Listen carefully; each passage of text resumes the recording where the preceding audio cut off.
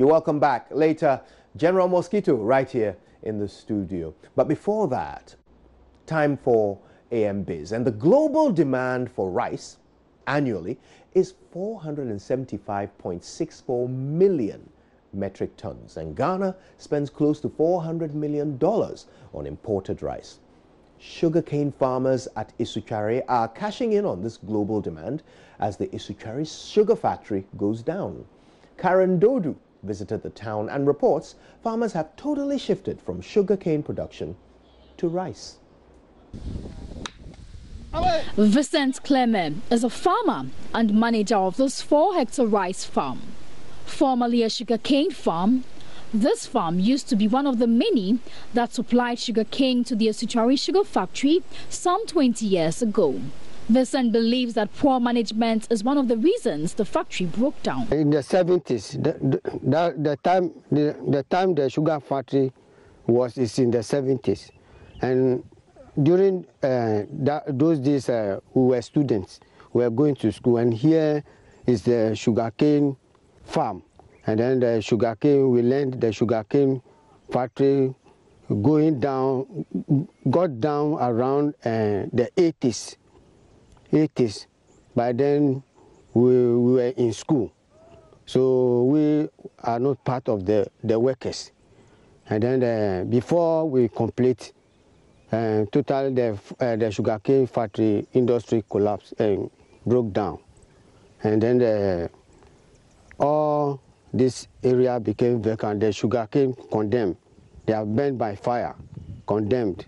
So no sugarcane again on the farm. With the factory being the main source of demand for the sugarcane farmers, they were left with no choice than to quit growing sugarcane. With their silt clay lands, the farmers resorted to rice farming, as rice thrives well in that type of soil. And then here is we grew bushing with trees before the canal passed. The canal irrigation line passed from Asutsuare Dam to former Area A. And here is vacant, lying down. And our village is closer to the farm. And then we start preparing it small we tend it, and then preparing it small for rice farm. In running his farm, Vincent has to daily face the #1 enemy of his business: birds. The birds who are attracted to the open rice grains pick them all day. Shouting and pelting stones at them, well, helps to some extent, but that comes at the cost of his son losing his voice by the day. You scare them with catapults too. So sometimes if you spray the catapult, you throw them the catapult, you must shout so that they will know that you are serious. Like scare them? Yes.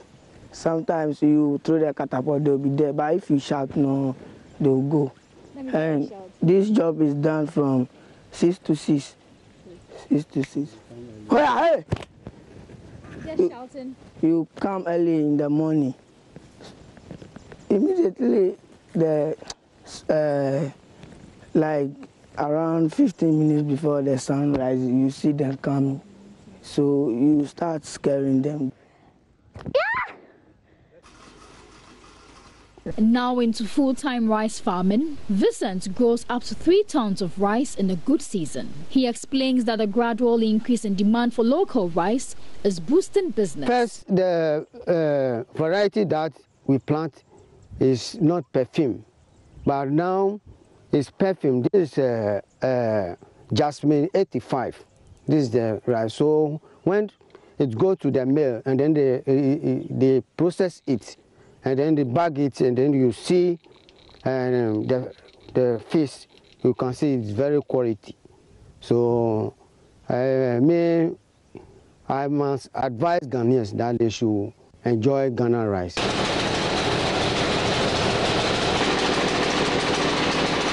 Another group of people in the rice production chain are the collectors. Women like Ma Esther, who do not own rice farms, buy the harvested rice from farmers like Vincent. Once they buy the rice from the farmers, their work is to dry, mill and bag the grains. Government, through the Kwong irrigation scheme, supports farmers by watering their farms every season at a cost of 150 cedis. Esther believes that government can do more to support their business by helping in the packaging process as well.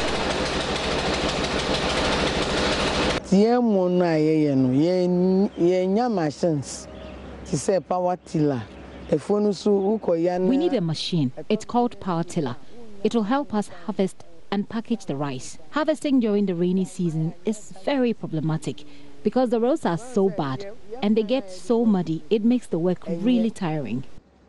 Road access and drains and to minko and in sooner a typhoon. Esther, together with some 10 women, own the Merciful Rice brand. They contribute and buy the grains from farmers, dry, mill and bag them. Each 25-kilogram bag is sold for 90 cedis and the 50-kilogram bag is sold at 170 cedis. With farmers introducing the jasmine breed of local rice, Esther tells me that the demand has risen. And yes, sir, I feel once a local rice, no, you travel at the chemwa. Near I to say, I feel. Some people think less of the local rice. They think it's dirty, but it's not. With the new breed we have in the system now, it tastes even better. People just don't know how to cook the rice. And so now better answer over anything almost say I make a chrom say bomb the amukunia no more room ye and son. I say a bit more munia or quite no sense to be Baobami wa make to say. We alone car, you alone car back, now they are near. Now you're fine. The story is no different here at the Malamata market, one of the major markets in the Accra metropolis. Here, traders in rice tell me that indeed there has been an increase in the demand for local rice.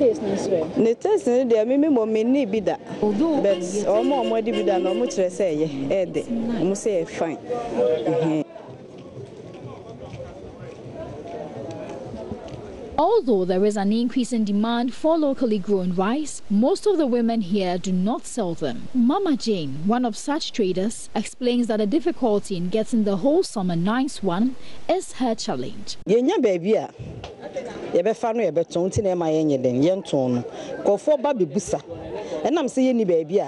People always come to my shop asking for local rice. Unfortunately, I don't sell some because I don't know a wholesale point to buy it from. It's local rice no hana say wo malata say ye bi se nima se bi wo ho bie na shop kese bi ti akofa bi aba abeton.